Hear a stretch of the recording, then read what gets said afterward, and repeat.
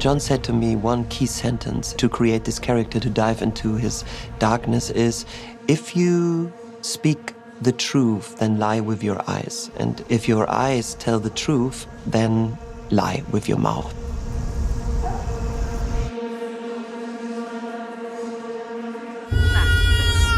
I didn't know about the Һүрс family at all. I decided to be a part of it. It was really kind of a painful decision.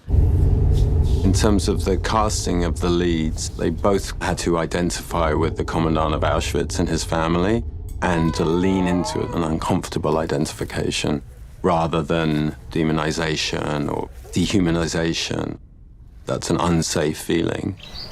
There was instant connection there with Christian, and it was the same with Sandra. For us, they were Rudolf and Hedwig. That was really important, that we don't feel his real thoughts. We see him as a normal, sometimes boring person, but we don't see him act like a perpetrator.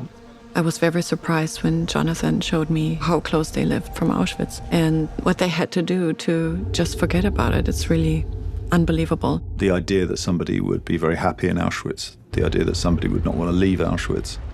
I set the story around that particular moment.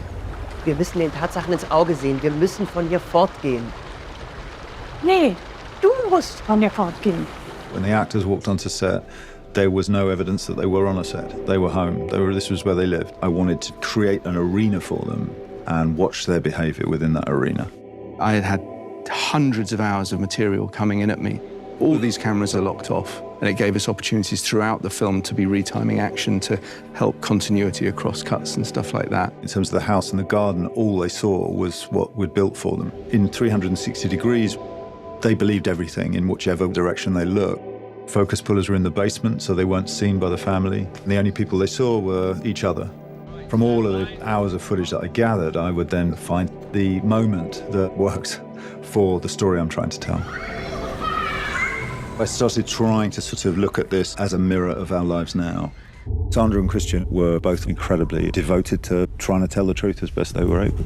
Everybody was in the same focus all the time, in the same tension. And there was a lot of trust involved in this process to follow these people in a way that was normal at that time.